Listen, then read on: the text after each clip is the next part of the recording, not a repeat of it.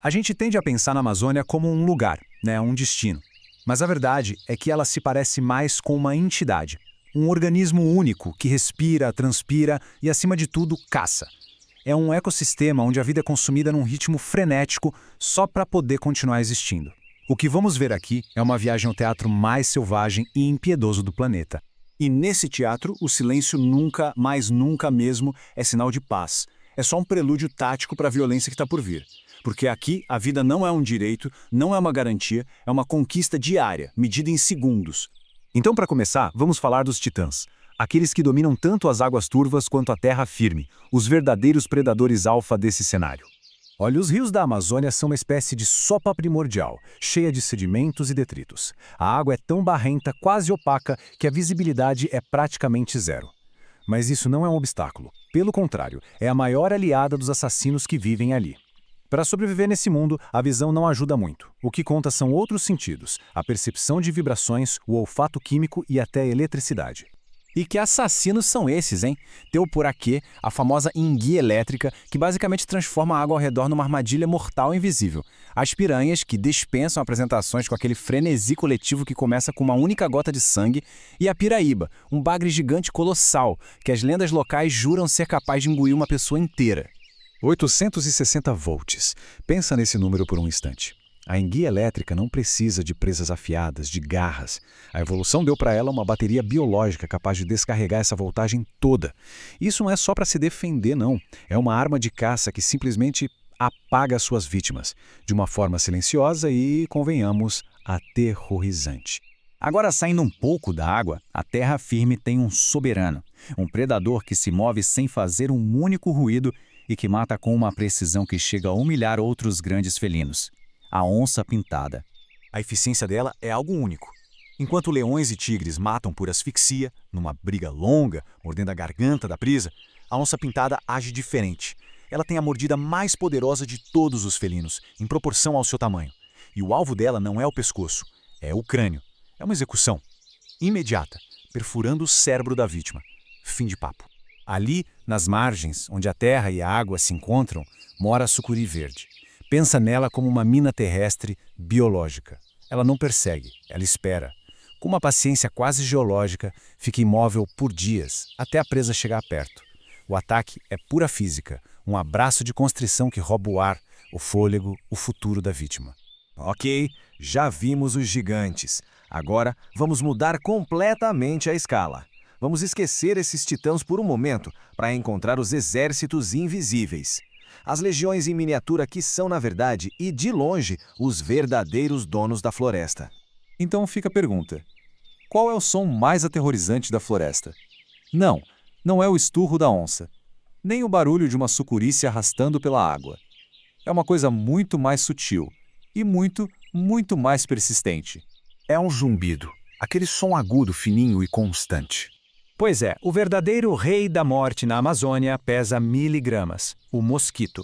Ele é, sem exagero, a força aérea mais letal do planeta.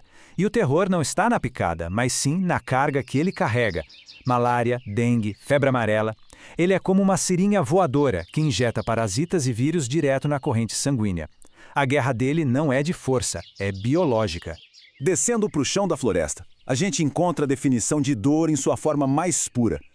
Se existisse uma escala de sofrimento, a picada da formiga Cabo Verde, também conhecida como tocandira, deixaria vespas e abelhas no chinelo, por uma margem que é inacreditável. O apelido dela em inglês é Bullet Ant, ou seja, formiga-bala. E não é à toa. Quem já foi picado descreve a sensação como levar um tiro. A dor não passa em alguns minutos, não. Ela pulsa, queima e pode paralisar o sistema nervoso local por até 24 horas, deixando a pessoa totalmente incapacitada e vulnerável a qualquer outra coisa.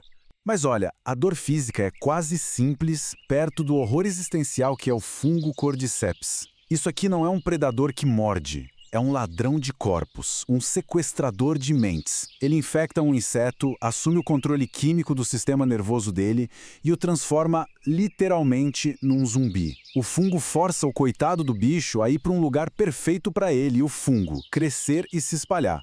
É assustador. Agora vamos olhar para cima. Aquele mar de verde, o dossel da floresta, parece tão pacífico, né? Pura ilusão. Ali em cima, as plantas da Amazônia travam uma guerra lenta, silenciosa, mas extremamente brutal. E o prêmio mais valioso de todos é a luz do sol. Para entender isso, basta olhar o método da figueireira estranguladora. Tudo começa com uma sementinha inocente que pousa no galho de uma árvore qualquer. Dali, raízes aéreas descem, engrossam e começam a se fundir, formando uma verdadeira prisão viva ao redor do tronco da árvore hospedeira. A figueira rouba a luz do sol lá em cima e os nutrientes do solo lá embaixo. É um estrangulamento lento e cruel que pode levar décadas. No final, só resta a figueira, oca por dentro, um monumento ao assassinato que ela cometeu. E no chão da floresta, a competição é química. As plantas desenvolvem toxinas super complexas para não serem comidas. Folhas que parecem inofensivas podem causar de cegueira a parada cardíaca. É como um laboratório farmacêutico gigante e sem nenhuma regulamentação, onde a linha que separa o remédio do veneno é uma única dose. E a brutalidade aqui não é só biológica, é climática também. A Amazônia vive oscilando entre dois extremos violentos. Na estação das chuvas, são dilúvios bíblicos que fazem os rios subirem até 15 metros. Isso força uma migração desesperada para o topo das árvores. Já na estação seca, a escassez transforma qualquer poça d'água numa armadilha mortal. E a luta pela água se torna frenética. É uma máquina de seleção natural funcionando em altíssima velocidade. Só que, diante desse cenário todo, de todo esse terror, surge uma nova perspectiva, uma forma de enxergar a vida florescendo justamente a partir da morte. E o ponto central é esse. A violência, aqui, é a moeda de troca da energia. A morte de um animal significa a vida de outro. A queda trágica de uma árvore de 100 anos abre um clarão de luz no chão, dando a oportunidade para que 1000 outras sementes possam finalmente nascer. A biodiversidade incrível da Amazônia não existe apesar desse ciclo violento. Ela existe por causa dele. Isso tudo nos leva a uma última reflexão. Em um mundo que é tão exuberante, tão cheio de vida, justamente porque a morte é tão presente e inevitável, qual é, afinal, o verdadeiro significado de sobreviver?